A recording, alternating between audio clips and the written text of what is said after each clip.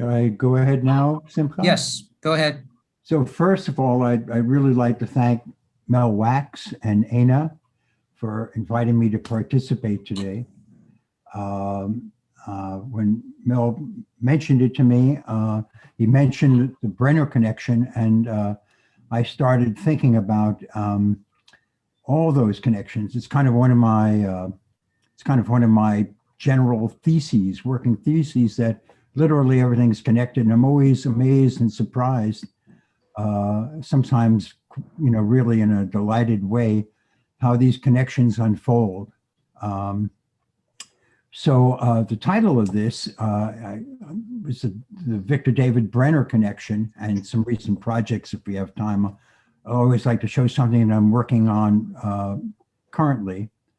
But I wanted to say as a caveat that in no way did I ever intend to have anybody think that I think, or would I want anyone else to think that I'm claiming any kind of parity or equality with a great medalist and artist such as Victor David Brenner. It's just a question of the fact that there are so many circumstances by happenstance that have very fortunately for me made me have a connection. I felt like I've had a special connection just in terms of good fortune with Brenner. And I'll run through a couple of them. I'll just say a few of them here. I just jotted down. And these are not necessarily due to my efforts. Again, it's just the way things seem to have shaken out in terms of, fate.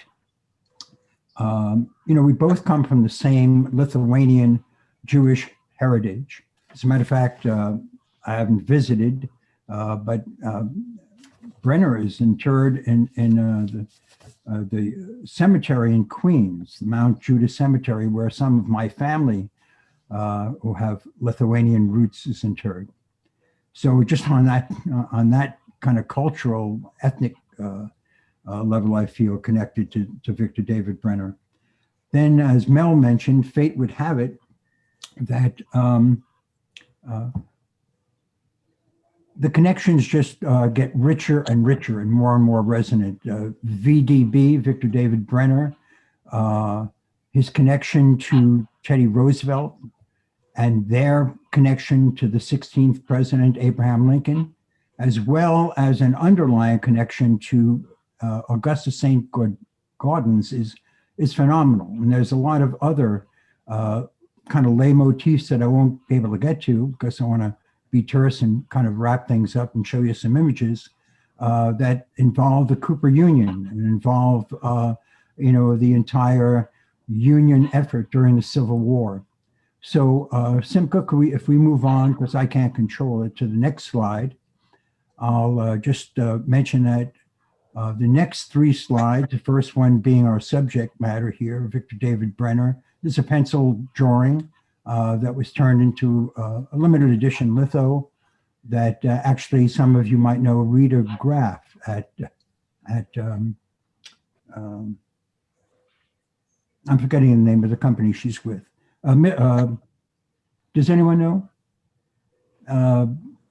Middleton Coins and out there in the Midwest. So here is my portrait of Brenner, just a pencil portrait. This was not used on any medallic or coin image so far. And the next one would show, of course, this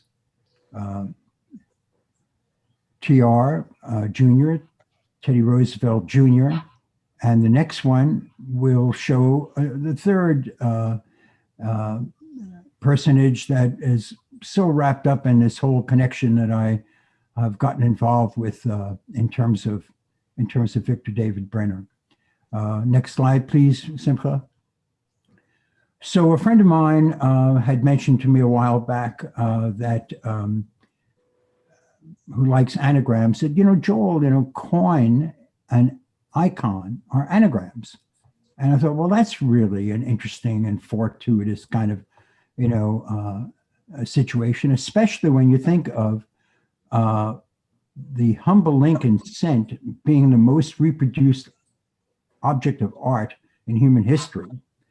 And the subject of the humble Lincoln cent is this revered and great man who was really the everyman. He was really, someone who came from humble origins.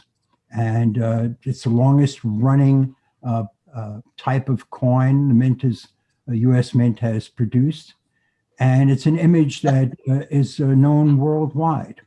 And of course, it's based on Victor David Brenner's portrait, which was in turn based on a Brady photograph, a Matthew Brady photograph. And he presented his Victor David Brenner did. He presented his plaque of Lincoln with this profile that the portrait on the cent is based upon, to Theodore Roosevelt in person after a lunch at which Victor David Brenner was invited to at the Summer White House out in Oyster Bay, Long Island. Next slide, please, Simcha. So Signature Art Metals commissioned me to kind of envision this piece of history visually. I went out to Oyster Bay.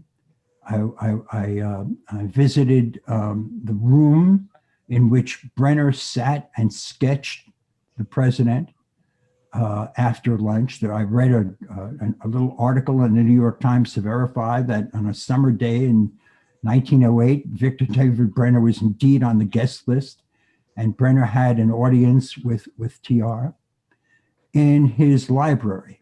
And in TR's library in Oyster Bay, there was a wall of honor. Most prominent on that wall was a beautiful oil portrait of Theodore Roosevelt Sr., which you see behind Teddy Roosevelt Jr. He revered his father, and his father was a very good friend. He was a great advocate of the Union and was a founding member, really, of the Union League. Became personal friends with John Hay, Lincoln's secretary, and a personal friend of the Lincolns. Some of his time was in trying to manage Mary Lincoln's spending, which was, exorbitant, I understand. But in any event, Teddy Roosevelt Sr., when it came time to have his son take the oath of office, as was custom at the time, gave him a ring in which a lock of Lincoln's hair was embedded, a memorial ring on which he would place upon the Bible and take his oath of office, because those two men, father and son, certainly revered Lincoln, and TR modeled his presidency with Lincoln as a model. Of course, Victor David Brenner, sketching TR here for the Panama Service Canal Medal, is surrounded by this background, this rich background that involves Lincoln. You could see behind Brenner's shoulder is Hessler's portrait from Springfield, Illinois. This is the moment when these two men, this odd combination of circumstances, brought this Lithuanian Jewish medalist artist together who revered Lincoln with a president, American royalty. And together, the two of them, that afternoon, I believe from all the research I've done, conspired to break a precedent that George Washington had established when he told Hamilton and the rest, "Don't put my portrait on our coinage because you'd make me a sovereign." And the American experiment is going to be about making the people sovereign, which of course Lincoln picked up on in his great Gettysburg Address. So this is a kind of a rich combination of historical references that I find very stirring. Next slide, please, Simca. So again, through no major effort on my own, just again, the way things unfolded, Victor David Brenner was also a founding member of the New York Numismatic Club. And you could see Brenner, you could recognize him in the full, heavy, dark beard and mustache sitting behind some of the members here at one of the first meetings of the New York Numismatic Club at Keene's Chop House in New York. Next slide, please, Simca. So again, these things are way beyond my control. The New York Numismatic Club and the Bronx Coin Club share membership. Here you see some of the distinguished members of both clubs, but most principally, all are members of the Bronx Coin Club. And I wound up getting commissioned, this guy who grew up in the Bronx, playing with Lincoln cents as a child, as we all did, and seeing the Lincoln image over and over and over again in our daily life, commissioned me to do a Medal of Jonas Bronk for their 1000th meeting, the Bronx Coin Club. And we have the meeting at Keene's Chop House in New York City. And so I'm kind of having a semi out of body experience here, that I'm sitting 100 years later in basically the same restaurant, albeit a different location in Manhattan, that Brenner sat in with the members of the New York Numismatic Club. Next slide, please, Simca. So another connection is that back in 1908, they asked Brenner, the first artist member of the New York Numismatic Club, founding member, to render a portrait of Frank Higgins, their president, the first president of the New York Numismatic Club. Next slide, please, Simca. So fast forward a mere 100 years, just a century here and there, right? While we're talking about fate. And the members of the New York Numismatic Club asked me to do a portrait of their 45th president, who served, Jerry Haggerty. You probably recognize him, I hope, Mashiko, who served from 2009 on. So this is simultaneously going on with, next slide, please, Simca. It's going on with— Was Haggerty a Viking? He has Viking, ethnic, Celtic and Viking roots, Mel. Matter of fact, I told him, because I said, instead of just a portrait or a profile of you, tell me something about you that, either, coins or medals that you collect, some passion. And he said, well, I come from Celtic and Viking bloodlines. I said, Viking bloodlines? Why don't we, put a nice Viking ship with the way they had those kind of big medallic, heraldry on the hull. So Jerry loved that idea. So yeah, he's got some Viking blood in him, Jerry.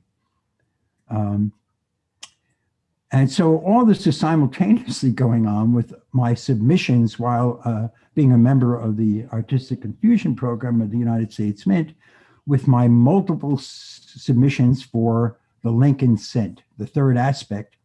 Brenner's was done at the 100th anniversary. And this is the bicentennial of Lincoln, when the U.S. Mint decided to redesign the reverse and do 4 different reverses. Next slide, please. Simca, next slide. Oh, yeah, so there were 4 different reverses: the birth years in Kentucky, and the rail splitting years in Indiana, the professional years in Illinois, and the presidential years in DC. There is a long, involved, complicated, maze-like process in the selection of these images. And in this case, it was even more so. And I have a couple of very, very interesting stories about the fact that my selection for this third aspect was actually not made. Another image was selected, and an Illinois architect named Earl Henderson is a gentleman who went behind the scenes, because I put the State House behind Lincoln orating. And he had actually personally reconstructed and refurbished the State House after it was under peril of being leveled and turned into a parking lot. So it was a passion for him. It really is a jewel in the city of Springfield, a jewel of history. And it's Earl Henderson who preserved it. He made them their parking lot underneath it, but he preserved it, took the whole thing off site and rebuilt it as it would have looked during the days of Lincoln's stay there when he made his House Divided speech. So this is a great victory for me. It got me and my wife close to Earl and his wife, and they invited us down to Springfield for the release of the cent, which I owe completely to Wally Henderson, Earl Wally Henderson. Next slide, please, Simca. Thanks. And when we were in Springfield, of course, it was at the occasion of, reminds me of what Mel was talking about the ceremony in Washington, how exciting these things are when they connect up with the real world. A brand newly minted president, the 44th, Barack Obama, had promised everyone in Springfield, because he modeled his presidency, he even made his announcement that he was running for president in front of that State House, and promised them that on Lincoln's birthday he would return. And he did. It was one of the first speeches he had given right after his inaugural speech. And we were present and actually got to meet him. In any event, this is not necessarily chronological, but it's all connected with Lincoln. This, what we're looking at here, is the New York Numismatic Club commissioned me again to come up with something for the sesquicentennial, I can't say that fast 3 times, of the Civil War. So what I'm portraying here is Lincoln upon a beautiful charger. And when I was researching the saddle to make sure I had the right saddle, which this is, I came across fascinating little backstories. I came across an article where an elderly woman, in her late 80s or early 90s, remembered when she was a girl of 5. And when the funeral procession left the Wills home en route to the cemetery grounds where Lincoln gave his immortal Gettysburg Address, she was a 5-year-old girl standing with her cousins and her aunt. And as Lincoln, she described in this article in the Philadelphia Inquirer, her recollection as a 5-year-old girl, that as the president came by, he towered over everyone, especially with the stovepipe hat. And as he passed the ladies, he doffed his hat. And it just, I said, that's the gesture I have to put on there. So that's the obverse. The reverse is based on the William Wetmore story, Grieving Angel. And the quote was hand-selected by the president of New York Numismatic Club at the time, Constantine Marinescu, that these dead shall not have died in vain. Next slide, please, Simcha. And the sculpt was done by Maestro Luigi Badia, which I think this is the pewter version of it. I thought it was beautifully realized by Luigi. Next one, please, Simcha. At the same time, I'm working on the ATB, America the Beautiful Quarter series, featuring the various national parks for each state. And of course, the Pennsylvania, the subject for Pennsylvania was Gettysburg National Military Park. So this is my version of the 72nd Infantry Monument, Pennsylvania Infantry Monument at the high water mark at Cemetery Cemetery Ridge, and sculpted by Phoebe Hemphill. Next one, please. So, I mean, all these things are connecting up. And simultaneously, I'm getting private sector commissions. So I'm doing, various portraits of Lincoln at various stages of his life and career. Next one, please, Simcha. Joel, who were those for? That was for the Bradford Exchange Mint. And not unlike our Toro Synagogue design, Mel, they have never been, turned into dies. They've never been minted. These images have never been minted into a medallic form or into a coin form. They're just with submissions that didn't pass muster with the focus groups. They test products and their possible sales. And for some reason, it's like Einstein. So you have to shake your head. Why wouldn't New Jersey? Why wouldn't America want to honor Einstein on coinage or a medal? Why wouldn't why wouldn't focus groups be interested in some more imagery of Lincoln?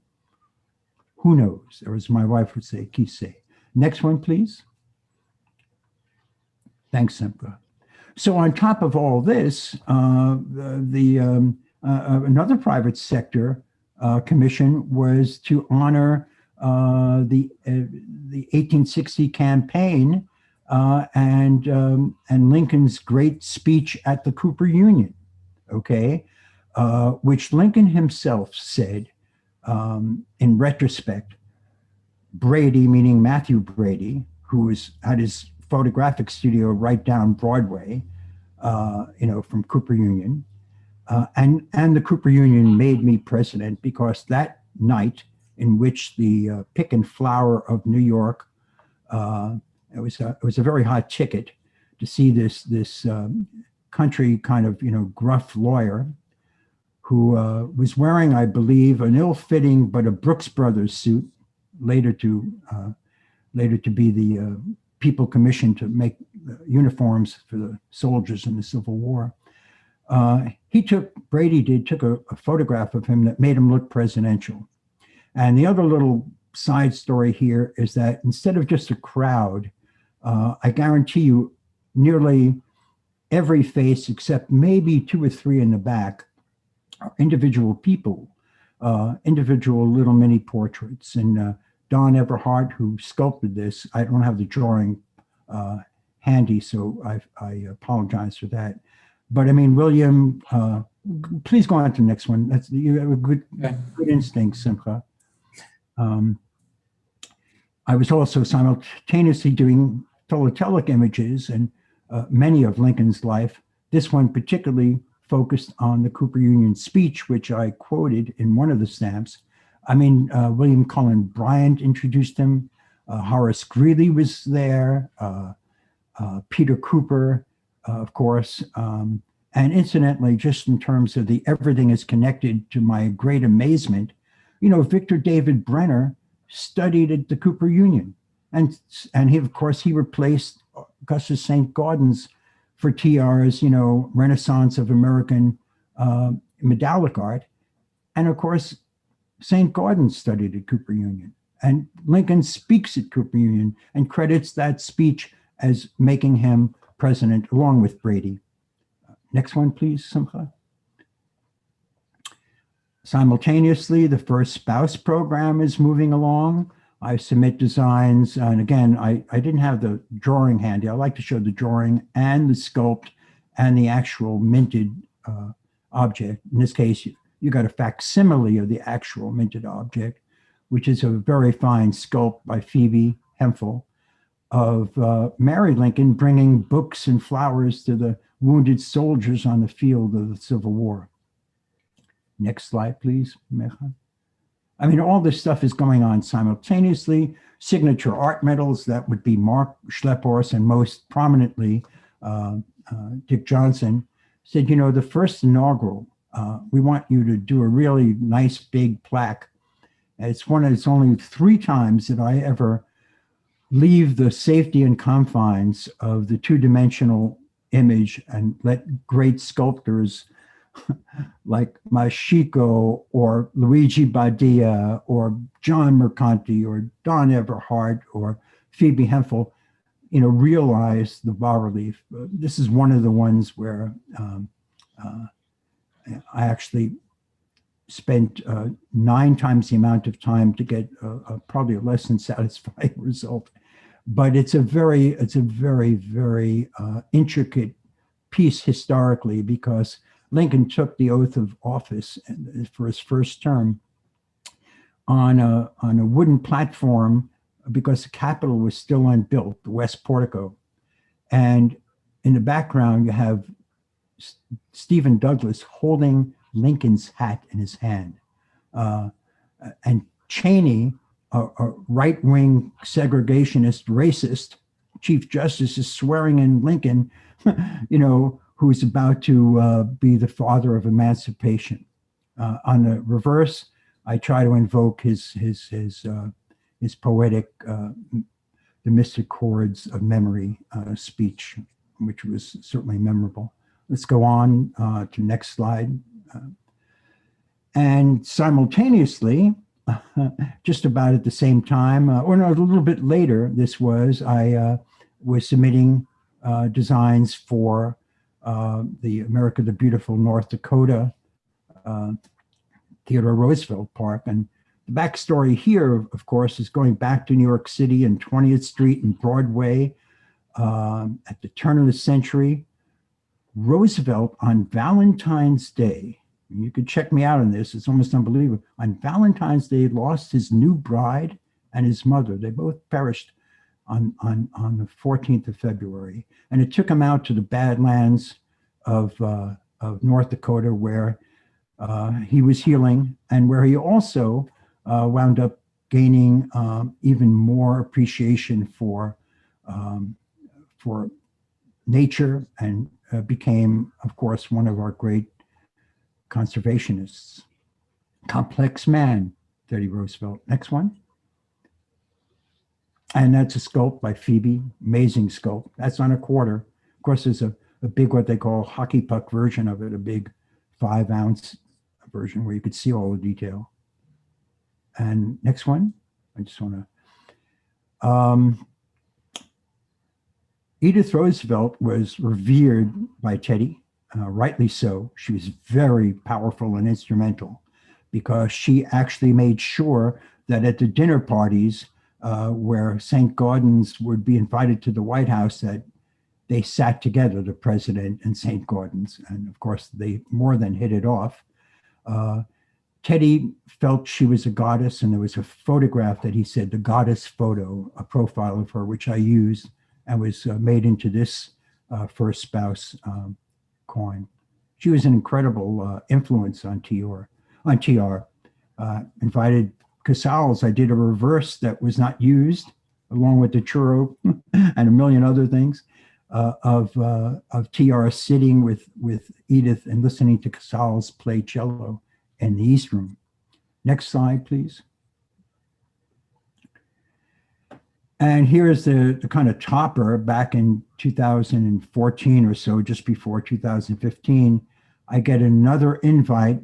My wife and I get invited down again to Springfield, which is a major intersection of all these connections, land of Lincoln, where the funeral, sesquicentennial, was going to be celebrated and commemorated. They actually rebuilt a model of the train itself and the funeral carriage.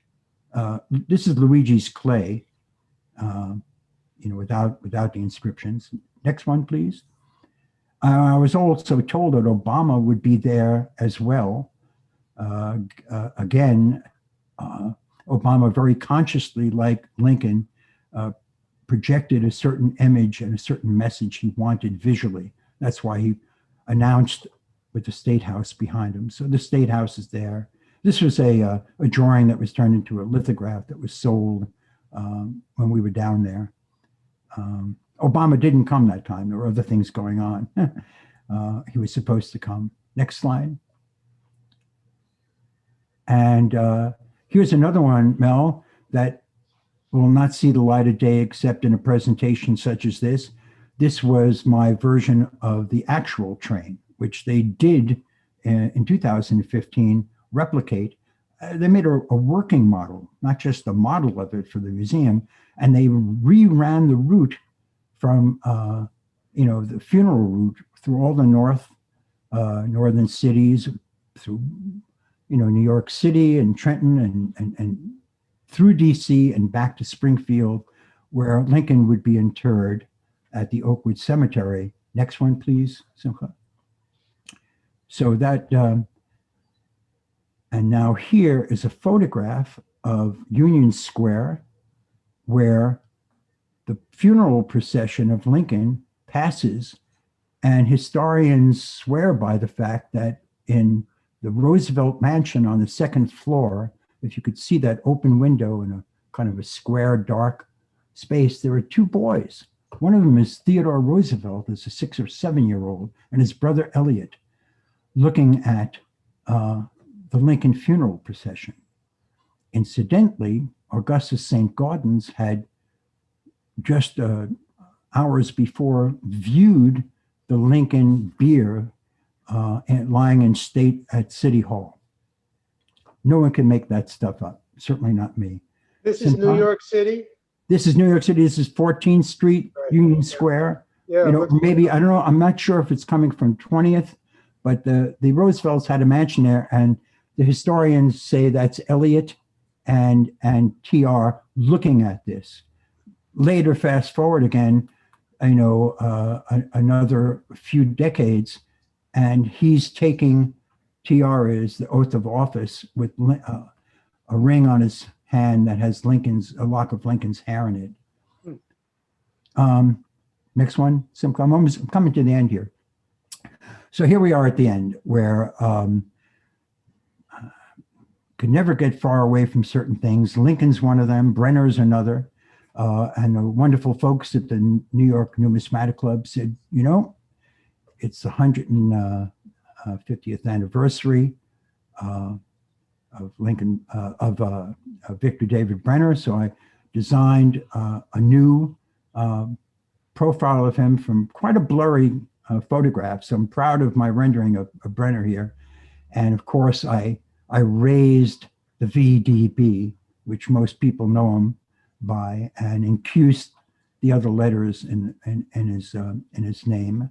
Original member, first club artist, and 100 years later, another club artist, yours truly, gets to pay Brenner some homage. Next one. And this is Luigi's sculpt. Could be lit better, but you could see the clarity and the fine silhouette Luigi rendered here. So in terms of Brenner, that does it for me. And if there are any questions, I'll be happy to respond. And if anybody wants to, I just have some other images of things I'm working on now, if you're interested. But this is a very recent one. I just did this months ago for New York Numismatic Club. Any questions on any of the long-winded commentary I just spewed out? No? Okay. Well then, if we have a moment, can I show you very, very quickly some new things I'm doing? Can I do that? Yes, go ahead. Okay. So after the Brenner slide, Simcha, let's see. I have to move the screen over to see what you've got up.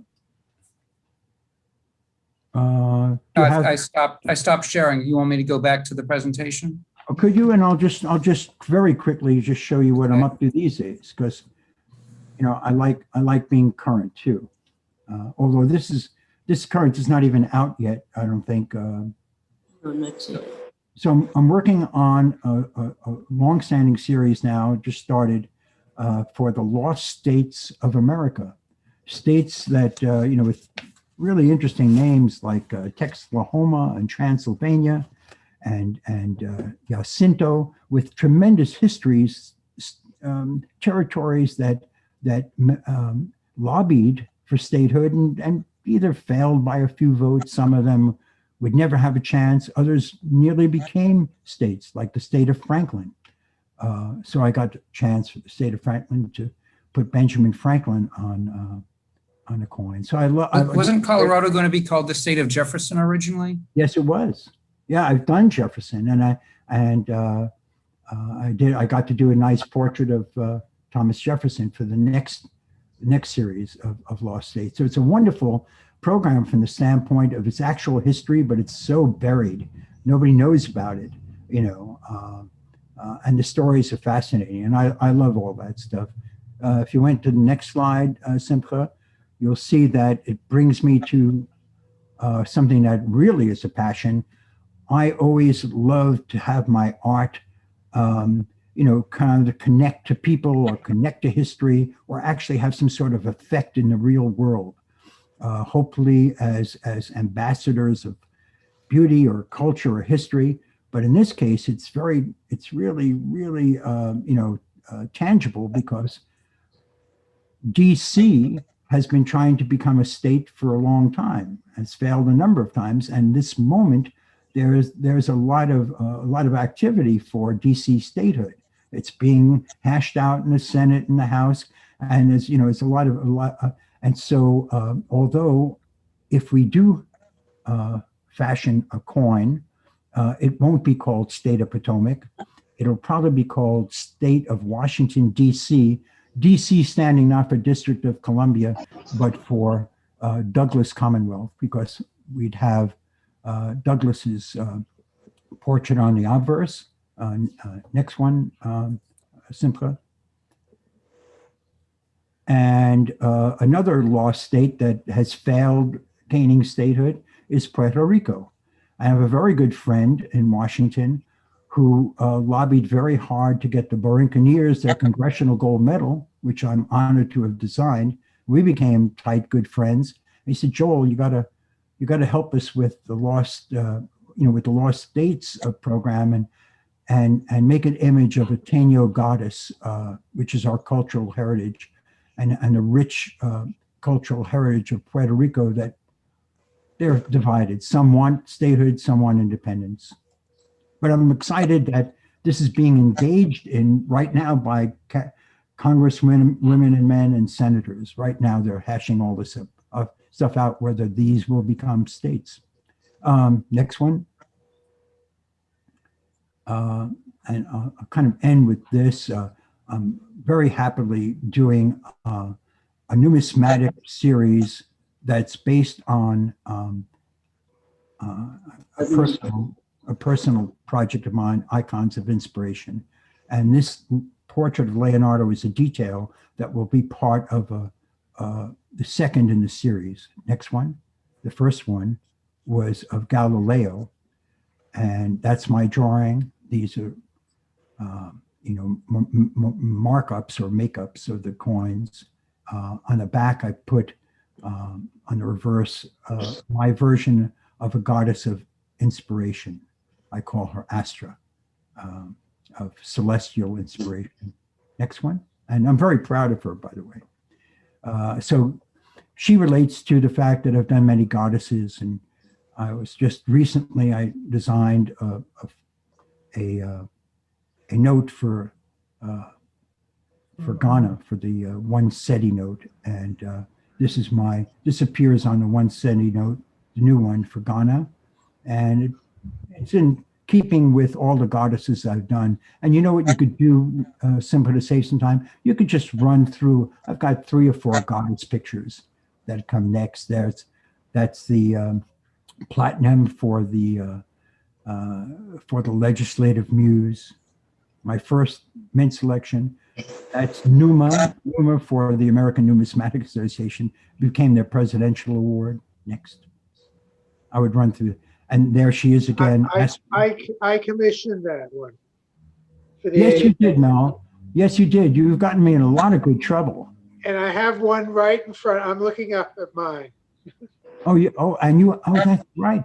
You were honored with that. I was presented with one. It is all connected, isn't it, Mel?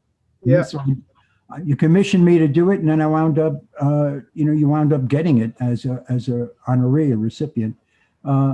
Victory is a mournful, empathetic victory for serious for World War I. I did for the British.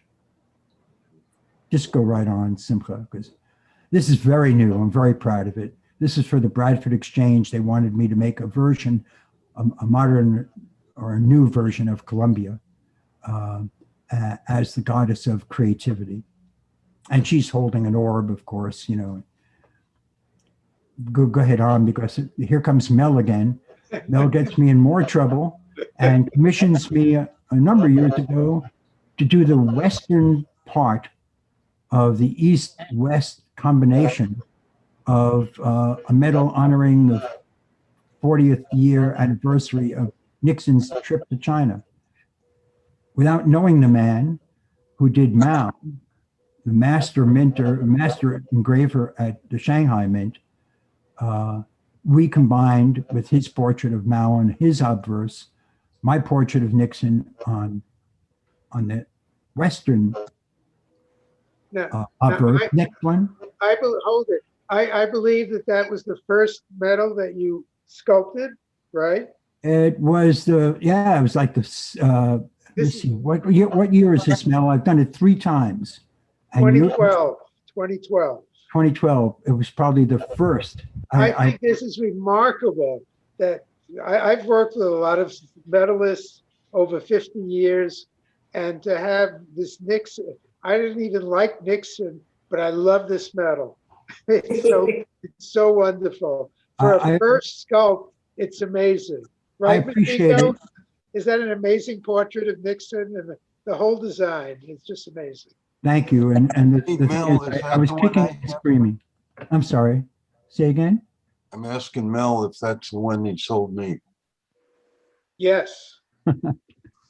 So I kicked and screamed because as Mashiko will attest, I'm much happier doing my drawings because it takes me about 3 months more than it would take anyone to work in 3 dimensions. But I love doing it. By the way, this medal is a Judaica because it has Kissinger on one side. And Kissinger's there. That's true. No, he's not there. I just was Jewish. Yes. Yeah. But no, he's on the eastern side. Right. Yeah. He's shaking Mao's hand on Long Wei's medal. So if you go to the next one, you can see an ingenious, and these are the Chinese that worked on the medal. They made an interlocking yin-yang symbol in 3 dimensions of both cultures' identities. So the dragon on the Western side is relief and raised and incused on the Western side, and the eagle is raised on the Western side and incused on the Eastern side, and they fit together as hidden reverses. So it was a brilliant idea, and I have a funny feeling, all this was something that Mel had in a fever dream. We had to work all this out. Last one, or I think, yeah, Liberty and Britannia. Next one. I've done a series of what I call ambassadors of goodwill, the cultural goddesses of each culture exchanging respects. This one also never got to be made, got close, but they're exchanging a gift of jade, and my intention was you can't tell who the recipient is and who the donor is. It's something they share, mutual respect. Next one, or last one, hopefully. I did this for the as a challenge coin for something called the First Alliance, which was and still is established to reiterate and celebrate the alliance between France and America, going back to the birth of both nations and our revolutions. Think of Washington, Lafayette, Franklin, and then of course World War I and World War II. So there's Liberty and the Marianne. So this is my own series of Goddesses Without Borders, still looking for an official numismatic incarnation. I think it's the last slide. This one. Oh, it's the next last slide. I just finished a series of 18 medallions for 18 battles of the Vietnam War. And it's a kind of my reportage, my take on a very complicated and painful time in our history. And I'm very excited to see these in hand. I haven't had one in hand yet, but there are 18 of them put out by the Bradford Exchange. And now really the last slide. And the last slide, because it is Jewish Heritage Month. Mel said, oh, Mickey Marcus, I forgot about adding him in my presentation. I said, well, I've got to put him in mine, Mel, because it's Jewish Heritage Month. And Mel, by the way, commissioned this medal from me. So he said, and I had no idea who Marcus was, a tough, athletic street kid from Brooklyn who wound up graduating West Point. He wound up bored with any kind of, paperwork, volunteering and parachuted into Normandy on D-Day. He was on the War Crimes Commission in Europe after the war and was elemental in Haganah and was made Aluf general and called by Ben Gurion the best man we ever had. Ironically, he was shot outside the fort by a sentry who asked him for the password, and he was a secular Jew who didn't speak Hebrew. And so, ironically, he was shot by an Israeli guard because he didn't know Hebrew. But the distinction that lives is that he's the only colonel, soldier, military man in 3rd West Point who fought under the flag of another nation. And that's my presentation.